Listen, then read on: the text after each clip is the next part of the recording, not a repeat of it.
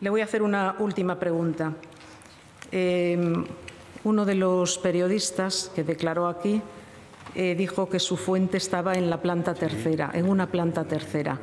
¿En qué planta está la Fiscalía Superior de Madrid? En la planta tercera del edificio del Tribunal Superior de Justicia. Vale, pues nada más.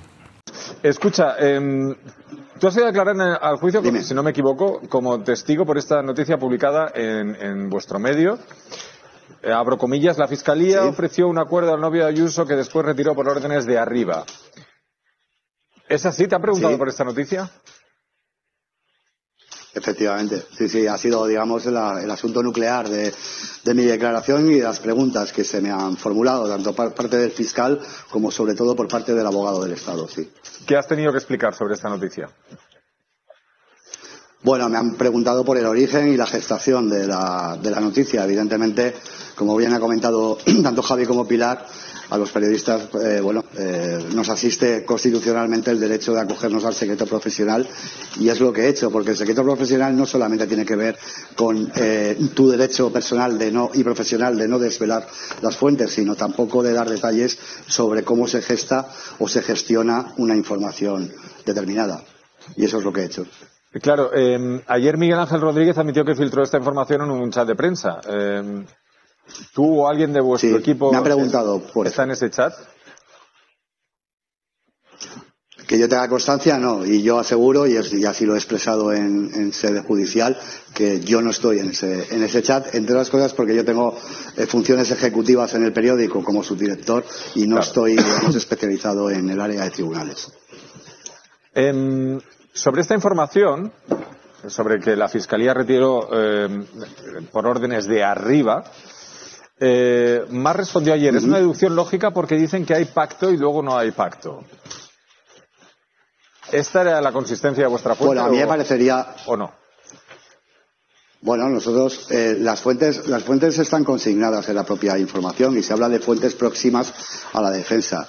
Yo creo que me da a mí la impresión, Risto, que en ciertos foros se está tratando de hacer un juicio paralelo sobre la veracidad y sobre la solvencia y la deontología profesional de algunos medios de comunicación a propósito de una cuestión que no es objeto estricto del proceso, de la causa en la que ya declaré el 9 de enero, ni del propio juicio contra el fiscal general.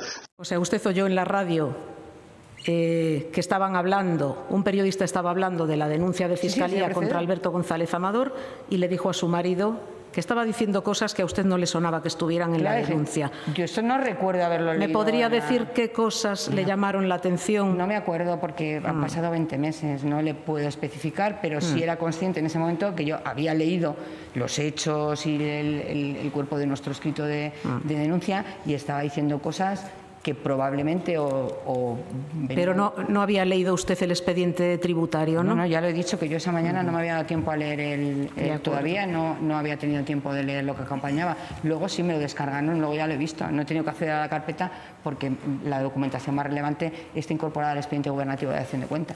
De acuerdo. Nosotros, creo que lo expliqué todavía en la parte gubernativa, trabajamos en doble vía en SAFI, en la aplicación informática y en papel.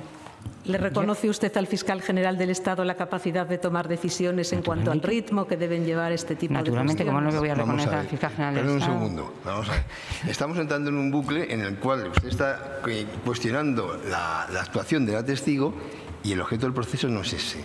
Bien está que pueda formular alguna pregunta relacionada con el entorno, pero es que estamos entrando en un bucle de cuestionamiento de la actividad profesional de una testigo que no es objeto de él. No, evidentemente. Lo que pasa es que lo que sí hay es un cuestionamiento de la actuación del fiscal general del Estado por parte de la testigo, como estamos oyendo, y me gustaría hacer algunas, pero bueno, paso a otra. Perdón, es que, yo no estoy cuestionando nada. No está cuestionando absolutamente nada. La testigo ha sido llamada porque puede aportar datos y hechos y elementos de prueba a instancias de las partes, incluso de usted, que también la ha propuesto. Sí. Y a ese papel creo que se está sujetando. De acuerdo, paso a otra pregunta. A las 21:52 recibió usted los correos que envió don Julián 54. Salto. Exactamente. 54. De acuerdo. Y la llamada simultánea a las 21:54. Sí. Me estaban entrando los correos cuando me estaba llamando Julián.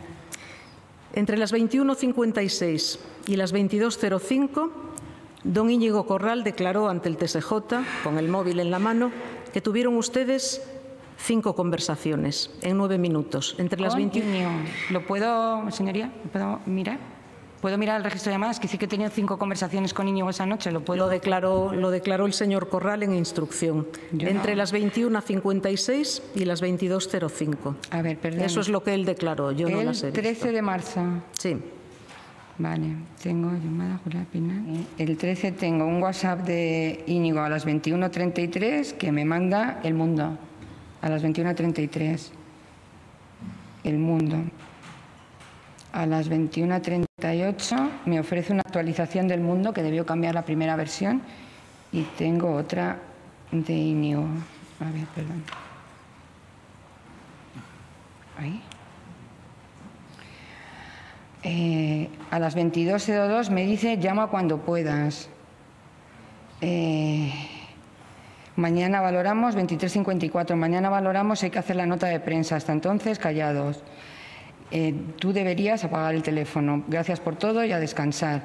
Y me dice, me han dejado en paz ya a la última hora, a las 23:55. Pues lo dicho, a descansar. Ya veremos mañana lo que ha dado esto de sí. ¿Y llamadas de WhatsApp? No, llamadas no ninguna, son mensajes. Ninguna, de acuerdo. Pues se lo preguntaremos al señor Corral. Pregúnteselo, porque y llamadas, estaba mirando en el registro de llamadas cuando usted me lo ha dicho, y llamadas tengo la 22:06 y no... 13 ya no tengo ninguna más que esa llamada. De acuerdo. ¿Le envió usted los correos a don Íñigo Corral cuando los recibió? No.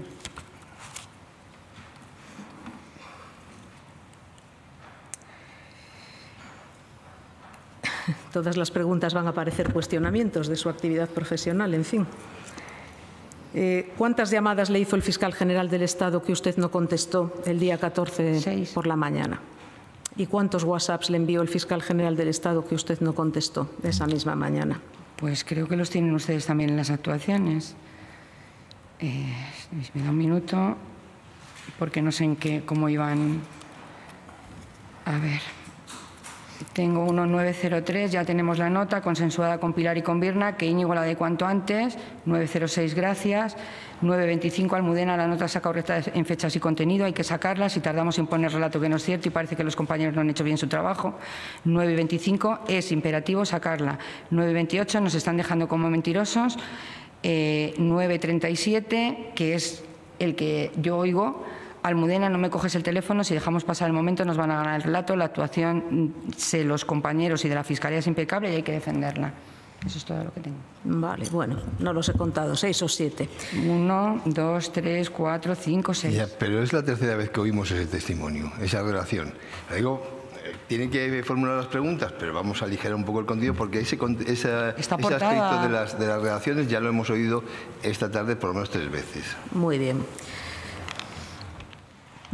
Ha dicho usted que jamás publicaron una nota de prensa de este tipo.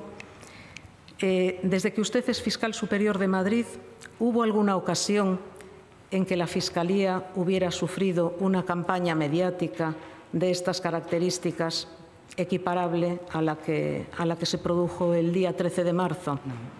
No. Pero hemos tenido temas muy sensibles, ¿eh? Sí, sí. Le voy a hacer una última pregunta. Uno de los periodistas que declaró aquí dijo que su fuente estaba en la planta tercera, en una planta tercera. ¿En qué planta está la Fiscalía Superior de Madrid? En la planta tercera del edificio del Tribunal Superior de Justicia. Vale, pues nada más. ¿Le dijo lo que he dicho? Se lo dije literalmente. Pilar, los van a filtrar. Y además dije, por favor, Pilar, no hagas nada, porque ya cuando había hablado con ella dije, deja que me ocupe yo, porque ella me dijo, me está llamando Álvaro a la vez. Dije, Pilar, si yo lo entiendo, que te llama Álvaro, que es el fiscal general, y por supuesto tienes que atender lo que te diga el fiscal general, pero es que acabo de hablar con él y hemos quedado que hago yo la nota que me ocupo yo de hacer la nota de prensa. Y dije que se fuera a su casa, porque creo que estaba en el despacho, que se fuera a su casa y que no hiciera nada. Nada más. Se lo dije varias veces. Y a continuación usted recibe una llamada de don Álvaro García Ortiz, ¿puede ser? ¿Recuerda? A continuación recibo una llamada de García Ortiz. Lo puedo mirar si quiere, porque tengo no, le pregunto, el registro de Ramada. ¿Cómo queda el tema con don Álvaro?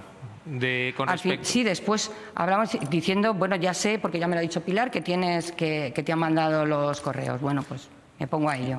La cosa quedó como quedó, que desde luego yo, en el entendimiento de que era yo quien iba a hacer la nota de prensa.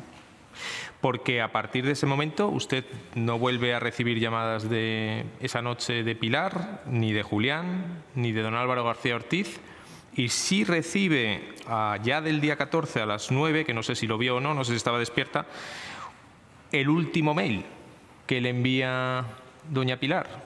¿Puede ser? No, yo ya no vi ese último. Yo vi los correos es que ni siquiera abrí los correos. Es que sabía lo que decían los correos, que eran las conversaciones que nos había contado Julián que había tenido con el abogado. Con lo cual, eran las 10 de la noche, yo me levanto a las 6 de la mañana. Yo, después de hablar con el fiscal general, creo que hablé con Íñigo después, serían las 10 y algo, que le dije... tranquilo, apaga el teléfono, tienes mi autorización para apagar el teléfono esta noche, no se contesta a nadie, vamos a ver qué recorrido tiene, porque Íñigo, mientras tanto, me había mandado, ya había aparecido la noticia de la primera versión de la noticia del Mundo, la que publicó El Mundo. Entonces, vamos a esperar, suelo esperar a ver qué recorrido tienen las informaciones antes de salir a atajarlas. Y llegamos al día 14 por la mañana. Jueves, que a las 8:42 le llama don Íñigo Corral. ¿Nos puede contar el contenido de esa llamada? Pues estaba absolutamente furioso. De hecho, cada 2 palabras decía presento mi dimisión. Yo, si tengo que sacar esto, presento mi dimisión. Entonces yo decía, ¿pero qué dice la nota? Tienes que leerlo, es que es disparatada. Yo, si me hace sacar esto, Almudena, presento dimisión. Dije, mándame la nota, tranquilízate. Es que me dicen que la tengo que sacar ya, que le decía a Maledo que la había mandado a las 6:30 de la mañana, la primera nota, porque hubo 2, la primera versión de la nota, se la había mandado a las 6:30 de la mañana, y que le insistían que le ordenaban sacarla ya. Y él me decía, es que me ordenan que la saque. Y yo dije, tú te estás quieto, mándame la nota, vamos a ver qué dice la nota. De hecho, 1 minuto después de hablar por teléfono, me la mandó, empecé a leerla y ni siquiera terminé de leer. Eran las 8:30, 9 menos algo, porque yo estaba saliendo de mi domicilio particular. Empecé a leer la nota y cuando vi el primer párrafo que luego se modificó y cómo empezaba a contar la nota, no seguí leyendo la nota. Me subí al coche en dirección al despacho y no seguí leyendo la nota. Y tampoco había visto la sucesión de correos, los últimos correos que habían llamado. ¿Le comentó don Íñigo Corral que además esa información ya estaba en El País? Me mandó el enlace. ¿De una noticia del País? Me mandó una noticia del País, creo. José María, no sé qué, sí. ¿Usted, de lo que vio de la nota...? Y me había mandado la noche anterior lo de la SER. Lo de la web, que de hecho yo lo oí en Hora 25. Como a I20 o así, Miguel Ángel Campos salió el adelanto ese que hacen antes de entrar en su momento en Hora 25, que fue el que anunció que dio el contenido de los correos, y además es que dijo que nos quedamos impactados, por eso me mandó Íñigo. La Fiscalía en estos momentos prepara una nota. Algo que usted no sabía. No. De hecho, que era la que la iba a preparar, ni Íñigo ni yo la estábamos preparando, con lo cual nos quedamos los dos. Mire, cuando recibió la nota, sí, nos ha dicho que ya el encabezado le parecía mal, que empezó a leer el contenido. ¿Qué tipo de nota hubiera bastado para neutralizar esa información incorrecta? Cualquier información que nos supusiera desvelar la estrategia de defensa de un investigado en una causa penal. Es que yo no veía la necesidad de dar tanto detalle, sencillamente con haber dicho que había habido una conformidad porque se había dirigido a nosotros el abogado. Es que no había que dar más explicación, como son la mayor parte de las conformidades. Es decir, hubiera bastado con señalar la información es falsa. Eso es. El procedimiento, en su caso de conformidad, seguiría los cursos. Que se ha seguido, es el que se sigue habitualmente en las conformidades penales. Y la información no que se ha dado ninguna instrucción para que se retire por ningún superior del fiscal del caso. Es que era tan sencillo como decir eso, no había que, a mi juicio, no había por qué decir si había reconocido o no había reconocido los hechos, porque insisto, muchísimas veces los abogados se dirigen a la Fiscalía sin haber hablado con sus clientes, sencillamente para ver un primer tanteo, bueno, si hubiera un acuerdo, ¿qué márgenes nos moveríamos? Y ni siquiera han hablado con sus clientes. O sea, que solo había que haber explicado eso, que era una conformidad como tantas otras, en una fase... no se había dado ninguna instrucción al fiscal del caso, y con eso yo creo que habríamos desmentido la noticia. Ustedes han hecho bastantes notas de prensa. Pues el año anterior habíamos hecho 300. ¿Alguna con un contenido cercano a este? Pues se puede imaginar, en Madrid pasa de todo. Tenemos notas de prensa de todos los tipos y de todos los delitos y de gente famosa. Sí. ¿Y alguna con un contenido análogo al que se proponía publicar? No, jamás. Vamos, es que no creo que sea nuestro papel desvelar la estrategia de defensa de nadie.